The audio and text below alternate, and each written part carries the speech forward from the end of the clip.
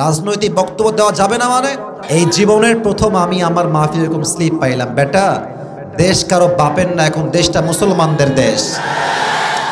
এইসব বাটপারি আর কইরেন না, জনগণের মায়ের খাইলে বাঁচতে পারবেন না কিন্তু আপনারা। এটাকে আপনি আওয়ামী লীগের শাসনামল পাইছেন নাকি? মিরা পিঠায় হাত দিয়ে ভেঙে ফেলবে যুবক ভাড়া।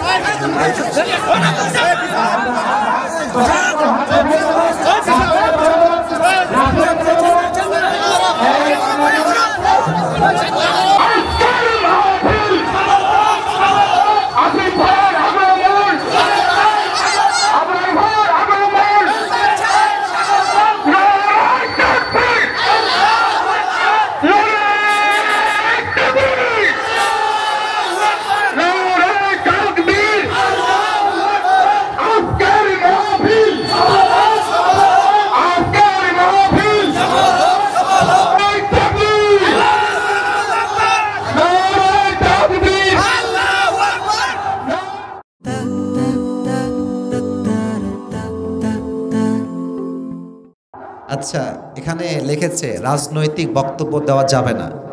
যে লিখেছ, তোমাকে যদি কেউ লিখে দেয়, আমি তোমাকে বলছি সে মুসলমান ঘরের সন্তান আসলে হইতে পারে না। এই জীবনের প্রথম আমি আমার মাহফিলে এরকম স্লিপ পাইলাম। বেটা, দেশ কারো বাপের না, এখন দেশটা মুসলমানদের দেশ। এইসব বাটপারি আর কইরেন না, জনগণের মায়ের খাইলে বাঁচতে পারবেন না কিন্তু আপনারা। এটাকে আপনি আওয়ামী লীগের শাসনামল পাইছেন নাকি? মিরা পিঠায় হাত দিয়ে ভেঙে ফেলবে যুবক ভাড়া। রাজনৈতিক বক্তব্য দেওয়া যাবে না মানে? কোরআনটা রাজনীতিতে ভরা। ইসলাম রাজনীতি, রসুল করেছে রাজনীতি। রাজনীতির দ্বারা দেশের চিত্র বদলানো সম্ভব যুবক ভাড়া। মানে শুধু মাটির নিচের ওয়াজ হবে আর রাতের ওই আধারে ওয়াজ হবে নাকি? না না, ওইসব কথা বাদ। আমার কথা একটা, সাইদি সাহেব বলতেন বিড়ালের মতো 500 বছর বেঁচে থাকার কোনো দাম নাই, সিংহের মতো 1 ঘন্টা গর্জন দিয়ে আমরা বাঁচতে চাই। আপনি যা করার করে নেবেন, কোনো সমস্যা নেই। কথা বলবো কোরআন থেকে, হাদিস থেকে। যার ভালো লাগবে না সে নমরুদের সন্তান, সে ফেরাউনের সন্তান যুবক ভাড়া। যে দিয়েছ, যে তোমাকে কেউ দিয়ে থাকে তাকে সাবধান করে দিবা। এটা আসিফ হুজুরের মাহফিল, বাড়াবাড়ি করলে যুবকরা 1 চুল পরিমাণ কোনো ছাড় দিবে না। আর এখানে পুলিশকেই তো কেউ মানে না। এখন তো পুলিশকেই কেউ গুনে না যুবক ভাড়া। জনগণকে গুনবে কেমন করে যুবক ভাড়া? আমার যেটা মনে চায়, যেমন ভাবে মনে চায়, কোরআন থেকে হাদিস থেকে বললে আপনি শুনতে বাধ্য থাকবেন যুবক ভাড়া। আল্লাহ তাআলা হেদায়েত দান করুন। সকলে আমরা দিল থেকে পড়ছি আমিন। আমার যুবক ভাইরা কেমন আছেন আপনারা সবাই? আমি যা দেখতে পাচ্ছি আজকের মাহফিলের ডানে বামে সামনে এদিকে মোটামুটি বলতে গেলে আজকের মাহফিলে 80% যুবক ভাইরা আজকের মাহফিলে এসেছে। প্রিয় ভাইরা, আমরা মাহফিলে রাজনীতি করতে আসি নাই, আমরা তাফসীর করতে আসছি, আমরা হাদিস থেকে কথা বলতে আসছি। তবে যদি আপনি শুধু আয়াতের তর্জমাই বলেন, তাহলে আপনি প্রকৃতপক্ষের মুফাসসির হতে পারেন নাই।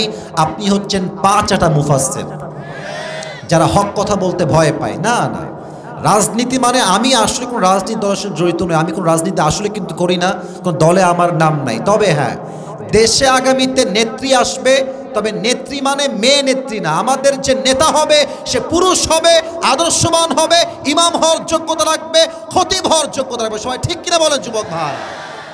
এই কথা যদি শুনে মনে হয় রাজনীতির বক্তব্য, তাহলে আপনার ইমানেও সমস্যা, চরিত্রেও সমস্যা আছে। আল্লাহ বোঝার তৌফিক দান করুন। সবাই পড়েন আমিন। আজ আলোচনার মূল বিষয়বস্তুর টাইটেল হচ্ছে কষ্টের সাথেই আছে স্বস্তি। আমি বলবো, আপনারা আমার সঙ্গে রিপিট করবেন। আজ আলোচনার সেন্ট্রাল থিম বা সাবজেক্ট ম্যাটার, মূল আলোচ্য বিষয় হচ্ছে কষ্টের সাথেই আছে। আমার হুজুর ভাইয়েরা বলেছে আর বেশিরভাগ লোকের সাউন্ড পাই নাই, লেটস ট্রাই এগেন, আমি আবারও জানতে চাই। কষ্টের সাথেই আছে স্বস্তি, এটাই হচ্ছে আয়াতের ট্রান্সলেশন বা তর্জমা। ফাইন্না মাআল উসরি ইউসরা, ইন্না মাআল উসরি ইউসরা।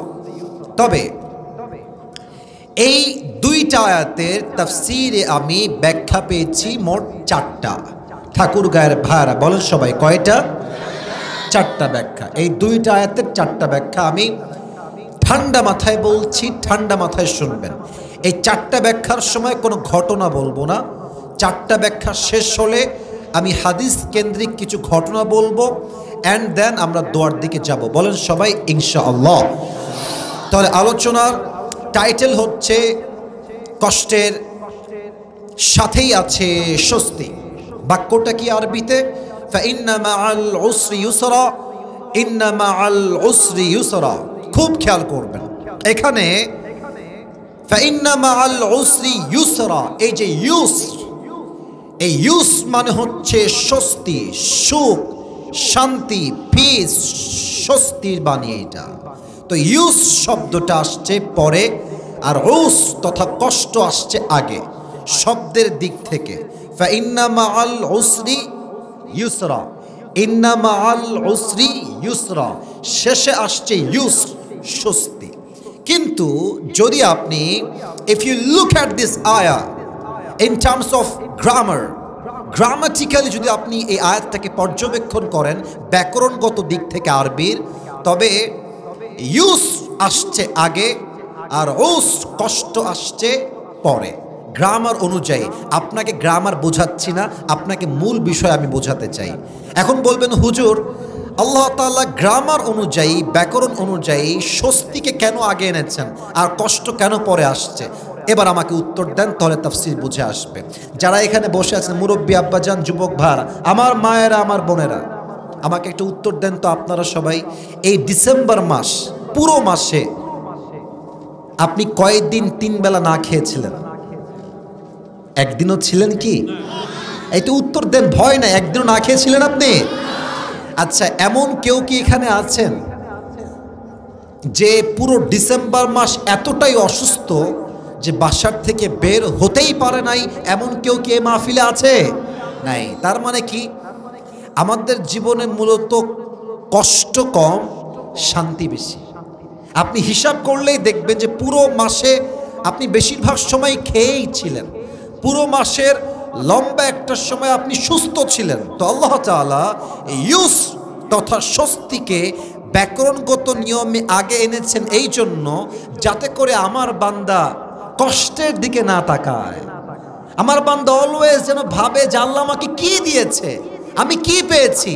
যেই বান্দা আল্লাহ কি দিয়েছে, কত নিয়ামত দিয়েছে তা ভাবতে পারে, তার জীবনে কষ্ট আর থাকতেই পারে না। ঠিক কিনা বলেন? তবে হ্যাঁ, বেশিরভাগ ক্ষেত্রে দেখবেন মেয়েরা মানে স্বামীর সংসারে কেমন যেন সুখী না। হ্যাঁ, স্বামীকে বলবে, দেখবেন যে আমরা পুরুষরা যারা স্বামীরা আছি সারাটা জীবন ক্ষয় করে ফেলি বউয়ের জন্য, সন্তানের জন্য। শেষে গিয়ে বউ কি বলে?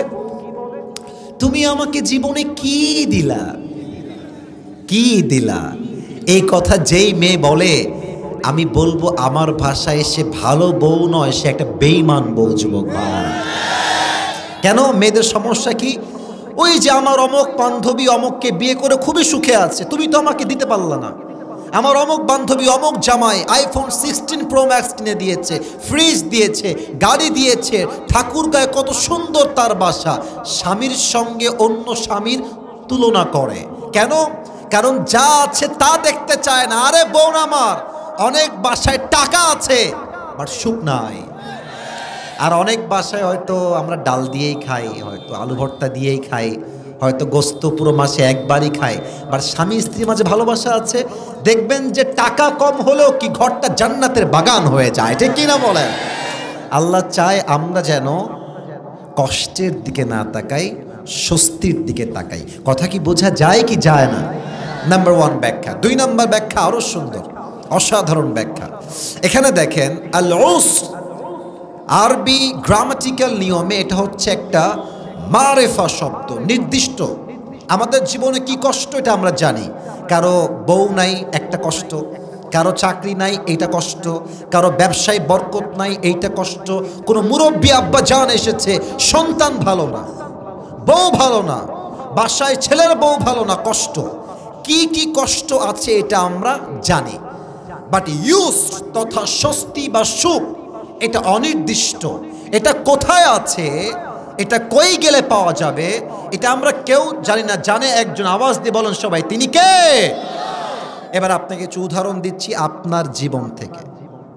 আমি আপনাকে উদাহরণ দিচ্ছি আপনার জীবন থেকে। ঠাকুরগাঁও সদর এখান থেকে আনুমানিক কয় মিনিট লাগবে গো ভাই? 10 মিনিট, 20 মিনিট, 20 মিনিট লাগবে। আচ্ছা 20 মিনিট ধরলাম। ঠাকুরগাঁও থেকে রংপুর কিন্তু আহামরি বেশি দূরে না, এই তো অন অ্যান অ্যাভারেজ 1.5-2 ঘন্টা লাগবে যেতে রংপুরে। রংপুরে যখন শহরে যাবেন, একজন যুবক রংপুর শহরে হাঁটছে, দেখছে হঠাৎ করে চোখ পড়েছে একটা সুন্দরী মেয়ে রাস্তা দিয়ে হাঁটছে, হঠাৎ করে চোখ পড়েছে। আমি হারামের দিকে আকর্ষিত করছি না, আমি বোঝাবার স্বার্থে তাফসীর করছি। তো যুবকটা মেয়েকে দেখেই তার প্রথম চিন্তা এইটা আসছে যে ইসরে अगर ये लड़की मेरी बीवी बन जाए तो मुझे जिंदगी में और क्या चाहिए। ভাবছে যে এই মেয়েটাকে বিয়ে করলে আমার সুখ হয়ে যাবে। মুরব্বীরা আমার কথা বুঝবেন, আমি কিন্তু ব্যাখ্যায় আছি তাফসীরে। এই মেয়েটাকে পেলে আমার আর কিছু লাগবে না। কিন্তু প্রিয় ভাইয়ারা, বাহ্যিক দেখেই পাগল হয়ে যেও না, কারণ মাঝে মাঝে উপরে ফিটফাট হয়, ভেতরে পুরোটাই সদরঘাট হয়। যদি বিশ্বাস না হয়, মাঝে মাঝে পার্কে গিয়ে দেখবা যত মেয়ে প্রেম করছে তার বেশিরভাগ মেয়ে বোরকাওয়ালিরা প্রেম করে বেড়াচ্ছে। হাতেও মোজা, पायो मोजा, मुंह को ढाका। यार ये तो अभी के अभी जन्नत से भाग के दुनिया में आई है यार, ये तो कन्फार्म जन्नती है यार। এত ভালো মেয়ে তো আমি জীবনেও দেখি নাই। ও মা, পার্কে গিয়ে বাদাম খাচ্ছে, প্রেম করে বেড়াচ্ছে, মানেই হচ্ছে উপরে ফিটফাট, ভেতরে পুরোটাই সদরঘাট ঠাকুরগাঁয়ের ভাড়া। তো ভাবছো যে এই মেয়েকে বিয়ে করলেই মনে হয় সুখ। প্রিয় ভাইরা, আজকের রাজরানী কালকে কিন্তু কাল নাগিনীও হতে পারে। আচ্ছা, কালকে আপনি ঠাকুরগাঁয়ে গেলেন, সদরে, ঠাকুরগাঁয়ের শহরে, দেখছেন একটা ছেলে বাইক চালাচ্ছে, শার্ট খোলা, ভেতরে বিশাল লম্বা একটা চেইন পড়েছে, হাতে ব্রেসলাইট পরা আর সানগ্লাস দিয়েছে, সেই একটা ভাব। R15 আছে, ধুম ধুম ধুম করে চালাচ্ছে। যুবক ভাবছে যে ইসরে, আমার বাপ যদি আমাকে একটা R15 কিনে দিত, আমার জীবনটা পুরোটাই শান্তি। ব্যাপারটা মোটেও এরকম নয়। এই 3 দিন আগের কথা, 4 দিন আগের কথা, আমার ড্রাইভারের ভাতিজা বাপকে ধরেছে, আব্বা আমাকে R15 কিনে দেওয়াই লাগবে। লাস্টে বাবা বাধ্য হয়ে R15 ভার্সন 4 তাকে কিনে দিয়েছে, বাধ্য হয়ে। বেশি দিন না, কয়েকদিন পরেই মাশাআল্লাহ রাস্তায় গিয়ে সোজা এমন এক বাড়ি খাইছে, জায়গায় শেষ ওখানে। এই 4 দিন আগের কথা, নিউজও হয়েছে বিষয়টা নিয়ে। আমার ড্রাইভার, আমার যে ড্রাইভার তার ভাতিজা। আপনি ভাবছেন R15 পেয়ে গেলে আমার আর কোনো সুখের ঠেকাবে কে? ভাইয়েরা আমার, যেটা আপনি সুখ ভাবছেন সেটা আপনার সুখের কারণ নাও হতে পারে। আসল সুখ দিবে একজন, আওয়াজ দিয়ে বলেন সবাই, তিনি কে? আমি আমার মুরব্বীদেরকে লক্ষ্য করে একটা কথা বলতে চাই এই মুহূর্তে, এই বিষয়টাতে এসে। মুরব্বীরা ভাবতেছে যে আমার ছেলে যদি চাকরি পায়, আমি মুরব্বীদের কাছে মাফ চাচ্ছি, এই ছেলে পেলে এদিকে তাকাও, মোবাইল বাদ দাও, মুরব্বীরা আমার দিকে তাকান। আপনি ভাবছেন যে আপনার ছেলে ব্যবসা বাদ দিয়ে চাকরি করলেই মনে হয় আপনার পরিবার সুখী হবে। ব্যাপারটা মোটেও এরকম নয়। হতে পারে আপনার ছেলে ব্যবসা বাদ দিয়ে চাকরিতে ঢুকলে পুরো কোম্পানি ডুবে গেল, লস আর লস। দেখবেন যে চাকরি খুঁজেছিলেন শান্তির আশায়, এখন চাকরি আপনার জীবনে অশান্তি হয়ে গিয়েছে, ঠিক কিনা বলে? আপনার ছেলে যা হতে চায় হতে দেন। যদি ব্যবসায়ী হতে চায় হতে দেন, যদি চাকরি করতে চায় চাকরি করতে দেন। আপনি আপনার ছেলেকে আপনার স্বপ্ন অনুযায়ী নয়, তার স্বপ্ন অনুযায়ী বড় করেন, দেখবেন যুবকটা জীবনে ভালো কিছু দেখায় ছাড়বে, ঠিক কিনা বলে? কষ্টের বিষয় এটা নির্ধারিত, বাট স্বস্তি কোথায় পাওয়া যাবে এটা আমরা কেউ জানি না। থার্ড হচ্ছে আরো অসাধারণ, খুব খেয়াল করবেন আমার প্রিয় ঠাকুরগাঁয়ের ভাইরা। আল্লাহ তাআলা বলছেন, ফাইন্না মাআল উসরি ইউসরা, ইন্না মাআল উসরি ইউসরা। আমি সবার থেকে উত্তর চাই একটা শব্দ, সবাই বলবেন। এই বাক্যের শুরুতে ছোট্ট একটা শব্দ আছে, এটার নাম হচ্ছে ইন্না। বলেন সবাই কি না? আওয়াজ পায় নাই, বলেন সবাই কি না? এখানে ওলামা একরাম আছেন, আমি আসিফের ভুল কথা বলার কোনো ওয়ে নাই, কোনো সুযোগ নাই। ইন্না হচ্ছে আরবিতে হুরুফে মুশাব্বাহ বিল ফাইল, অর্থাৎ এটা এমন একটা অক্ষর, এই অক্ষর যে বাক্যের শুরুতে আসবে আর কোনো সন্দেহ থাকবে না, নিশ্চিত সেটা। এখন আপনি বলবেন হুজুর এর অর্থটা কি, ব্যাখ্যা একটু বুঝায় বলেন। দেখবেন যে মাঝে মাঝে আমরা তো মনে হয় সবাই মধ্যবিত্ত পরিবারের সন্তান, তাই না? আমি একবার ওয়াজে বলেছিলাম যে মধ্যবিত্ত পরিবারের সন্তান মানেই একটা ব্র্যান্ড। এর কারণ কি, আপনি আমাকে সাইকেল দিবেন তাও চলবে, বাইক দিবেন তাও চলবে, কার দিবেন তাও চলবে, বলবেন যে ভাই হেঁটে হেঁটে আসতে হবে তাও চলবে। এর কারণ কি, আমি বড়লোক ঘরের সন্তান, আমি মধ্যবিত্ত পরিবারের সন্তান, ঠিক কিনা বলে? ভাত দিবেন, আলু ভর্তা দিবেন তাও খাবো, আপনি ভাত দিবেন, শাকসবজি দিবেন তাও খাবো, ভাত দিবেন, মুরগি দিবেন তাও খাবো, ভাত দিবেন আর কিছুই দিবেন না, একটা পানি দিবেন আর একটা মরিচ দিবেন, পান্তা ভাত আমার চলবে, কারণ আমি বড়লোক ঘরের ব্রয়লার মুরগি নই, আমি মধ্যবিত্ত পরিবারের সন্তান, কঠোর পরিশ্রমী সন্তান আমি, ঠিক কিনা বলে? তো আল্লাহ বলছে বান্দা, মাঝে মাঝে মনে হতে পারে যে ইস রে, আমার মনে হয় চাকরি হবে না, আমার মনে হয় ব্যবসা আর সফল হবে না, আমার ঘরের অভাব মনে হয় আর কোনো দিন দূর হবে না। আল্লাহ বলছে না, ইন্না মাআল উসরি ইউসরা, নিশ্চিত নিশ্চিত নিশ্চিত তোমার ব্যবসায় বরকত হবে, নিশ্চিত নিশ্চিত নিশ্চিত তোমার চাকরি হবে, নিশ্চিত নিশ্চিত নিশ্চিত তোমার জীবনে সুখ আসবে, নিশ্চিত নিশ্চিত নিশ্চিত তোমার বউ একদিন ভালো হবে, নিশ্চিত তোমার বাসায় একদিন বরকত দিবে একজন। আওয়াজ দিয়ে বলেন সবাই, তিনি কে? আমার রবের গ্যারান্টি এটা, আমার রবের গ্যারান্টি এটা। আমার রব যদি গ্যারান্টি দেয়, তাহলে আমাদের মধ্যে কি আর কোনো সন্দেহ বা ডাউট থাকতে পারে? বুঝি নাই, সন্দেহ থাকতে পারে? 3 নাম্বার, আমাদের কষ্টের সাথে স্বস্তি আসবেই, there is no doubt in it, কোনো সন্দেহ নাই। এবার আসেন 4 নাম্বার ব্যাখ্যা। এটা বলেই আমি হাদিসের দিকে যাব, ঘটনা কেন্দ্রিক হাদিসগুলোকে। সবাই একটা কাশি দেন। আচ্ছা, একজন যুবক দাঁড়াও তো, যার বউ নাই, দাঁড়িয়ে একটা তাকবীর দাও, লিল্লাহি তাকবীর। কে আছে? বাঘের বাচ্চা লিল্লাহি তাকবীর দিবে। একজন নাই, দাঁড়াও, হ্যাঁ দাও, লিল্লাহি তাকবীর বলো।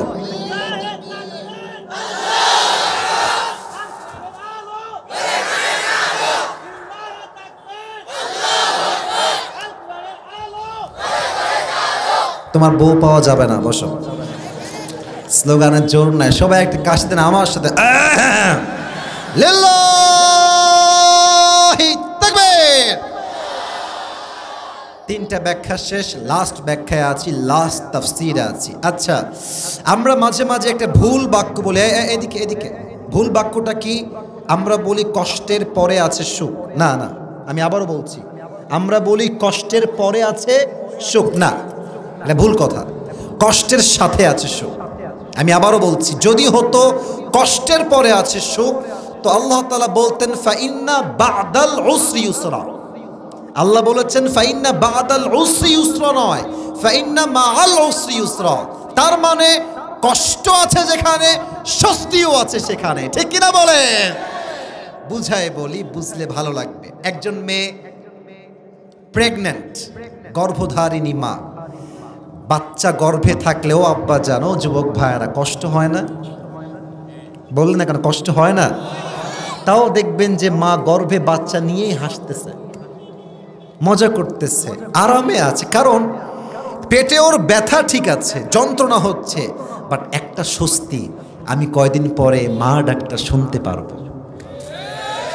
কথা ঠিক আছে কিনা বলেন? পেটে ব্যথা, ইসরে যন্ত্রণা হচ্ছে, বাচ্চা লাফাচ্ছে, মেডিকেল নিয়ে যাও। কষ্ট, স্বস্তি কোথায়?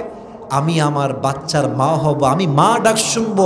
এই স্বস্তি মায়ের মাথায় আসলে সমস্ত ব্যথা মা এক মুহূর্তেই ভুলে যায়, ঠিক কিনা বলে? আল্লাহ সেটআপটাই এভাবে করেছেন। আচ্ছা, এখন বসে আছি, বাজে হচ্ছে 4:50, একটু পরেই সন্ধ্যা হবে। রাত আছে যেখানে, দিন আছে সেখানে। দিন আছে যেখানে রাত আছে। আবার দেখেন বৃষ্টি যখন হয় তখন বৃষ্টির আগে আকাশে কি উঠে? মেঘ উঠে। মেঘ আছে, বৃষ্টি হবে। আবার দেখবেন মানুষের জীবনে এমন কিছু মুহূর্ত আসে, মানুষ ভাবে যে আমার জীবনে দেখার মতো আর কিছুই নাই, বাঁচার মতো কোনো কারণ নাই। আবার আল্লাহ এমন কিছু দিয়ে দেয়, পুরো জীবনটাই সুখময় হয়ে যায়। ঠিক কিনা বলে? আমি আমার জীবনে ঘটে যাওয়া একটা কথা এখন বলে শেষ করতে চাই, মনে পড়ে গেল। বলা যাবে কি যাবে না? চারটা ব্যাখ্যা তো শুনলেন, একটা ঘটনা কি শোনা যাবে না? আচ্ছা, আপনারা আমাকে ফেসবুকে দেখেছেন তো সবাই নাকি? আচ্ছা ঠিক আছে, এটা শো অফ না, জাস্ট ভালোবাসার খাতিরে জিজ্ঞেস করলাম। আমি গত বছর, মানে এই বছরই বলতে গেলে জানুয়ারি মাসে একটা ব্র্যান্ড নিউ কার কিনেছিলাম। বাজার প্রাইস তৎকালীন সময়ে, মানে তখন যখন কিনেছি প্রায় 9, 10, 11 মাস হবে, তখন ছিল মার্কেট প্রাইস প্রায় 55 লক্ষ টাকা, অর্থাৎ অর্ধ কোটিরও বেশি। আমি আসিফ, এটা শো অফ না, বোঝাতে চাই যে কষ্টের সাথে স্বস্তি কোথায় আছে। তো আমি গাড়িটা কিনে জাস্ট 6 দিন ইউজ করেছি, 6 দিন। 7 জানুয়ারি আমার মাহফিল হচ্ছে ঢাকা পার হয়ে কুমিল্লার চাঁদপুর। চাঁদপুর নামটা শুনছেন না আপনারা? চাঁদপুরে। তো চাঁদপুরে মাহফিল করে I was coming back to Comilla. কুমিল্লায় আমি আসব। তো এই যে আপনাদের বাসার রাস্তা দিয়ে আমি আসলাম, দেখবেন যে রাস্তা, বাসার গলি, এদিকে একটা, ডানে একটা, বামে একটা, ডানে একটা, খালি টান, তিরিং বিরিং করতে হয়। তো আপনারা বলেন তো, আমি এই দিক থেকে যাব ডান দিকে, আমার হাত দেখেন, ডান দিকে যাব, কিন্তু আমার গাড়ির গতি হচ্ছে 100-তে আছে বা 80-তে আছে। আমি যদি গাড়িটা ঠাস করে ঘোরাই, গাড়ি আর ঘুরবে না, আমরা সবাই উড়ে খাদে গিয়ে পড়ব। কথা কি ঠিক আছে কিনা বলেন? তো আমার ড্রাইভারের আসার সময় আবেগ কাজ করছে, বিবেক কাজ করে নাই। তো তিনি ছোট্ট গলি রাস্তা গাড়ি তুলেছেন 70 বা 80-তে, 70 বা 80। হঠাৎ করে এই অন্ধকারে ডান দিকে একটা টান আছে। তো যখনই এমনে গাড়িটা ঘুরাবে ডান দিকে, গাড়ি আর ডান দিকে যায় না, গাড়িটা উড়ে গেছে, উড়ে চলে গেছে। আর আমি দেখতে পাচ্ছি গাড়িটা একবার এমনে হইল, আবার এমনে, আবার এমনে, আবার এমনে, আবার এমনে, আবার এমনে, থার্ড টাইম 3 বার উল্টাইছে। আর আমি বুঝতেছি গাড়ি উল্টাচ্ছে, আর আমি মোটামুটি বুঝে গেছি টাইম ইজ ওভার, হয়তো আর বেঁচে ফেরা আমার এবার আর হবে না। গাড়িটা সোজা গিয়ে খাদে পড়েছে। আমি দেখতে পাচ্ছি নিচ থেকে পানি উঠতে শুরু করেছে গাড়ির ভেতরে। কারো জানে পানি নাই, সবাই কেউ আল্লাহু আকবার পড়ছে, কেউ লা ইলাহা ইল্লাল্লাহ পড়ছে। বুঝে গেছি হয়তো হায়াত এখানেই শেষ। পানি যখন উঠতে শুরু করেছে তল থেকে উপরের দিকে, আমার সামনে যিনি ছিলেন তিনি এক জোরে একটা বাড়ি দিয়েছে গ্লাস, এক ধাক্কায় গ্লাস ভেঙে গেছে। সে গ্লাস দিয়ে টপকে বাহিরে পড়ে গেছে। আর পানি উঠতে শুরু করেছে উপরের দিকে, আর এত জোরে সাউন্ড হয়েছে, চতুর্পাশের সব এলাকার লোক গাড়ির কাছে চলে আসে। রাত বাজে 2 থেকে 3টা। ইস, আমাকে কোনো মতে ওখানে লোকজন গিয়ে উদ্ধার করে পানি থেকে উপরে উঠাইছে।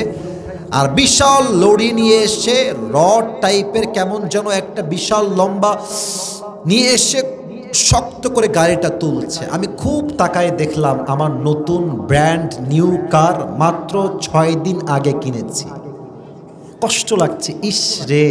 আমি দেখছি আমার গাড়ির সামনের গ্লাস নাই, ডান দিকের জানালা নাই, ওপরের ছাদ নাই, কিছুই নাই, আমার গাড়িই নাই। কোনো মতে তুলে নিয়ে আসছে। মনটা এত কষ্ট পাইছি যে ইস রে, নতুন গাড়ি কিনলাম, শেষ হয়ে গেল। আর শান্তি কোথায় পাচ্ছি? 7 জন মানুষ কেউ সিট বেল্ট বাঁধে নাই। বাঁচারই কথা না, মরে যাওয়ার কথা। স্বস্তি কোথায়? এত বড় অ্যাক্সিডেন্ট বাঁচার কথা নয়, বাট আমি সহ কারো গায়ে চুল পরিমাণ একটা আঁচও আঘাতও লাগে নাই। গাড়ি চলে গেছে, কষ্ট, ইস রে, নতুন গাড়ি কিনলাম, এত টাকা জমায় জমায় নষ্ট হয়ে গেল। স্বস্তি কোথায়? আরে আমার তো বাঁচারই কথা নয়, আমার রব তো আমার গায়ে চুল পরিমাণ আঘাতও আসতে দেয় নাই, ঠিক কিনা বলে? বেঁচে থাকলে কিসের এই গাড়ি, বেঁচে থাকলে তো একদিন BMW আমরা কিনতে পারবো, ঠিক কিনা বলে? এটাই হচ্ছে কষ্টের সাথে স্বস্তি। কষ্ট আছে যেখানে স্বস্তি আসে সেখানে। এরকম নয় যে কষ্টের পরে আসবে সুখ। রাত যেখানে আছে দিনও আছে, দিন যেখানে আছে রাতও সেখানে আছে, কষ্ট যেখানে আছে সুখও সেখানে আছে, ঠিক কিনা বলেন সবাই? আচ্ছা, এটা একটু পরে করে দিলে ভালো হবে, ঠিক আছে? 5 মিনিট পরে করে দিচ্ছে। মুরব্বী নাকি, এটা যুবক নাকি? ভাই ভাই বসতে হবে, ভাই বসতে হবে। না না, যাওয়া যাবে না ভাই, বসেন, বসে পড়ান। আমার চোখের আড়াল হয়ে পালাবেন না। আমার সময় মাত্র 1 ঘন্টার সময়, যদি 1 ঘন্টা আপনার সময় আমাকে না দেন মাহফিলটা অসম্পূর্ণ হয়ে যাবে, ঠিক কিনা বলেন সবাই? আমাদের যারা এসেছেন আমি সবাইকে আবদার করতে চাই একটা, সবাই 2 হাত তুলেন তো দেখি, সবাই সবাই 2 হাত তুলেন। আমি যা বলি আপনার তা বলবেন, সবাই বলেন, সবাই হুজুর। আব্বাজান, যুবক ভাইরা জোরে বলেন সবাই হুজুর। আমরা ঠাকুর গায়ের সন্তান, আপনাকে ওয়াদা দিলাম আমরা কেউ দোয়া না করে, এই যে এরা একটাও কথা কয় না, বলেন সবাই, দোয়া না করে কেউ বাসায় ফিরে যাব না। বলেন সবাই হাত তুলে ইনশাআল্লাহ। হাত নামান। কেউ যদি দোয়ার আগে চলে যায়, আল্লাহর হাবিব বলেছেন লা ঈমান আলাহ লিমান লা আমান আলাহ, যার কথা ঠিক নাই তার ঈমানের ঠিক নাই, ঠিক কিনা বলে? এই কষ্টের সাথেই আছে স্বস্তি। এটা বুঝবে কে?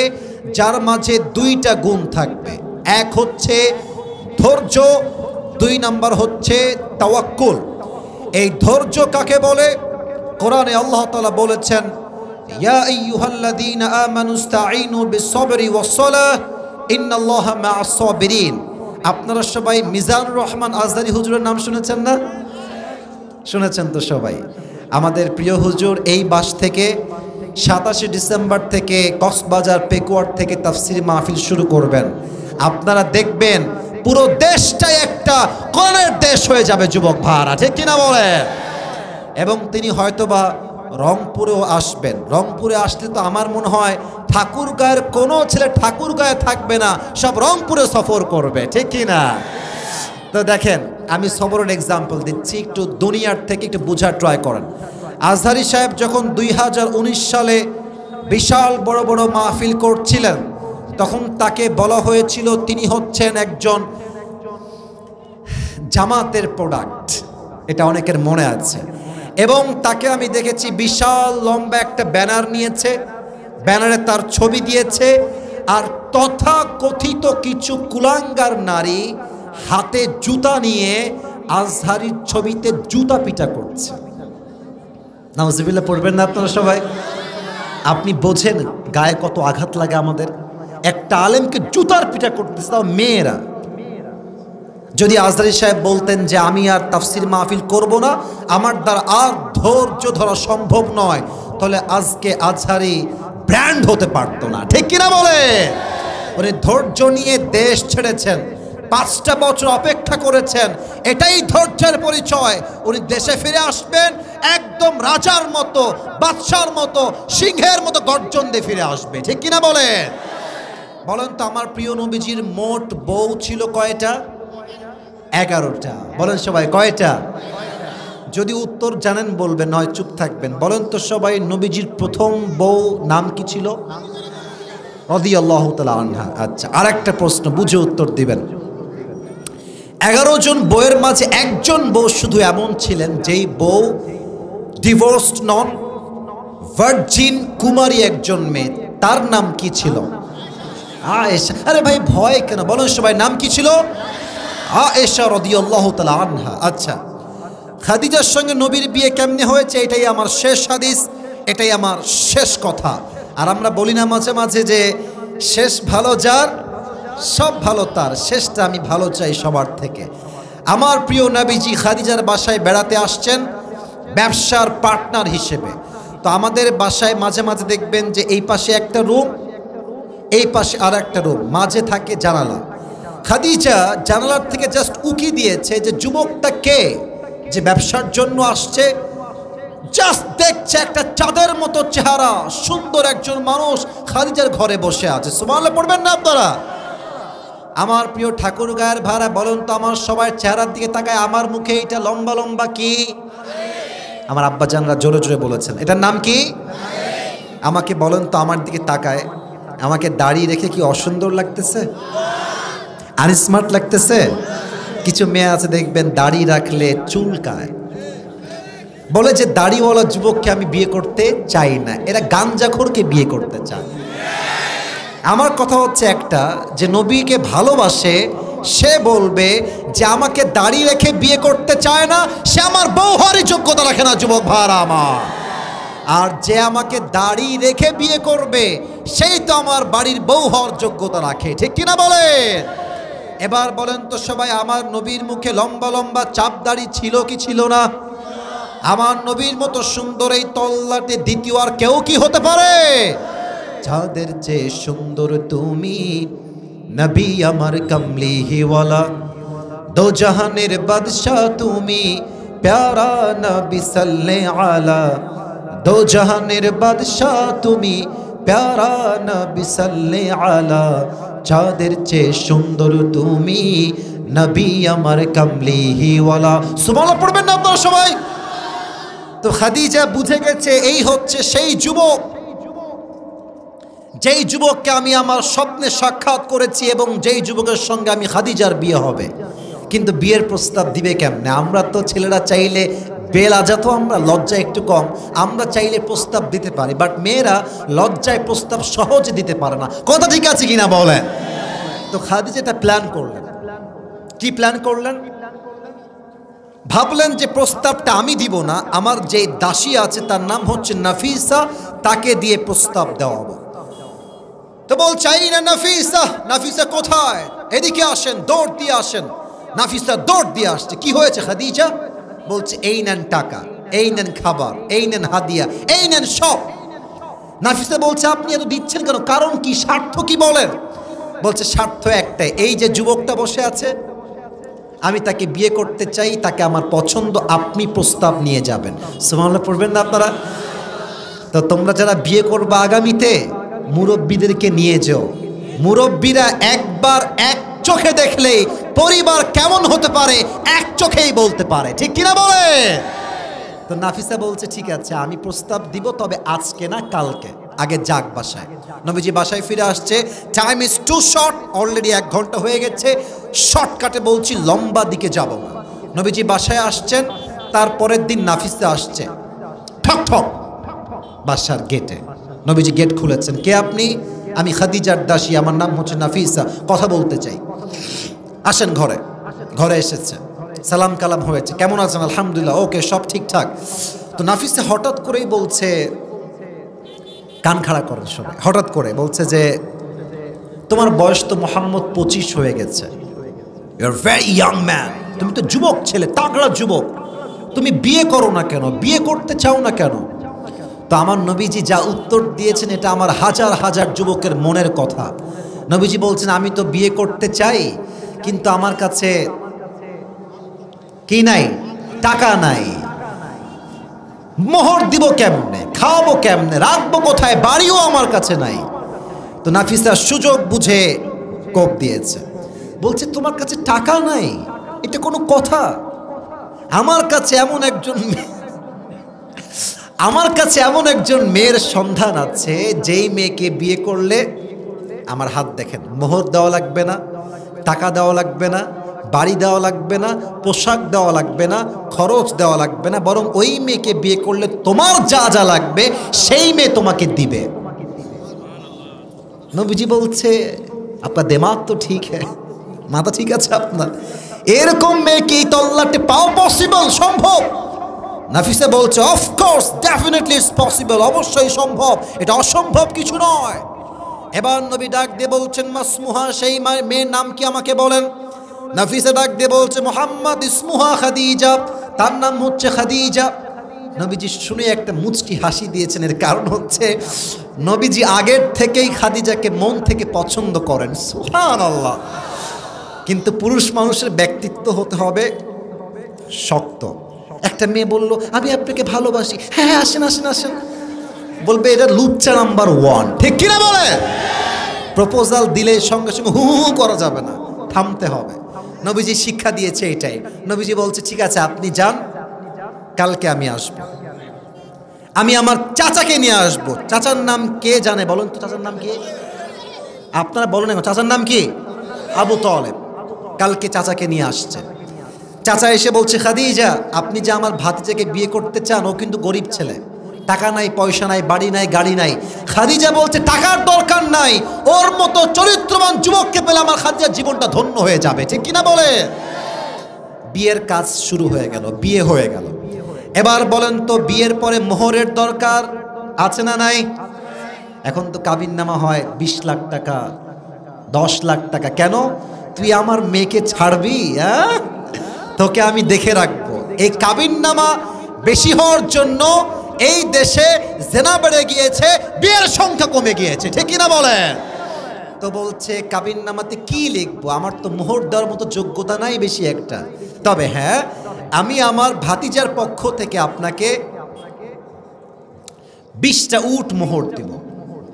সুবহানাল্লাহ পড়বেন না আপনারা সবাই? আপনি নিবেন কি? বলছে হ্যাঁ দেন, 20টা উট দিলেই হবে। তো 20টা উট দিয়ে দিয়েছে। বিয়ে হয়ে গিয়েছে, বাসর রাত। নবীজি ডান দিকে বসে আছে, খাদিজা বাম দিকে বসে আছে। বাসর রাত শুরু হয়ে গেছে। বাসর রাতে লজ্জা লাগে না? এমনিতে লজ্জায় লাল হয়ে গেছে সবাই। ভাই লজ্জা লাগে কি লাগে না কোন? তো দেখেন আমার নবীজি চুপচাপ, আমার চেহারা দেখেন সবাই, মাথা নিচু করে আছে। আর আচ্ছা, শাফি নামে একজন বাচ্চা হারিয়ে গিয়েছে। শাফি নাম, কোথায় আছো সোনামণি, তুমি চলে আসো, তোমার নামে ঘোষণা দেওয়ার প্রয়োজন পড়ে গেছে, যেখানে আছো শাফি তুমি চলে আসো। তো নবীজি মাথা নিচুর দিকে এভাবে বসে আছে। আমার চোখ দেখেন, আমার চেহারা দেখেন, বসে আছে এমনি। আর খাদিজা নবীর পাশে বসে আছে। তো নবীর তো প্রথম বিয়ে, আর খাদিজার তো এটা প্রথম বিয়ে নয়। খাদিজার একটু হলে অভিজ্ঞতা আছে না নাই? তো খাদিজা নিজেই আগ বাড়িয়ে বলছে যে আচ্ছা আপনি কি জানেন যে আমি আপনাকে স্বামী হিসেবে কেমনে পেলাম? এটা আমার হাদিসের শেষ অংশ, and this is my last point and main topic, main message. এটাই আমার মূল কথা। আপনি কি জানেন যে আমি আপনাকে স্বামী হিসেবে কেমনে পেয়েছি? তো নবীজি লজ্জায় বলছে যে না আমি তো এটা জানি না, আপনি বললে আমি জানতে পারবো। তো খাদিজা বলছে আমি যখন প্রথমে বিয়ে করলাম, প্রথম স্বামীর থেকে আমার একটা ছেলে হলো, ছেলেকে রেখেই আমার স্বামী মারা গেল। দ্বিতীয়বার আবার বিয়ে করলাম, দ্বিতীয় স্বামীও মারা গেলেন একটা ছেলে রেখে। আবার আবু তাহের নামে একজন যুবককে আমি বিয়ে করলাম, সেও মারা গেল। একাধারে 3টা স্বামী মারা যাওয়া ইটস নট ইজি, এটা সহজ না, এটা বিশাল বড় লম্বা ধাক্কা জীবনে মেয়েদের। 3টা স্বামী মারা গেছে। তো নবীজি বলছে তারপরে আপনি কি করেছেন আমাকে একটু বলেন তো। খাদিজা বলছে 3টা স্বামীর মৃত্যুর পরেও আমি খাদিজা ভেঙে পড়ি নাই, আমি ধৈর্যের সঙ্গে সামনে এগিয়েছি, সবর ধারণ করেছি, আমি ধৈর্যশীল ছিলাম, আমি হারামও খাই নাই, হারাম সম্পর্কেও যাই নাই। আমার ধৈর্যের বিনিময়ে আল্লাহ তাআলা আপনার মতো আদর্শবান যুবকের স্ত্রী হিসেবে আল্লাহ আমাকে কবুল করে নিয়েছে। সুবহানাল্লাহ। তো আসতে পড়লেন, পড়েন সবাই সুবহানাল্লাহ। আরেকবার দিল থেকে পড়েন সবাই সুবহানাল্লাহ।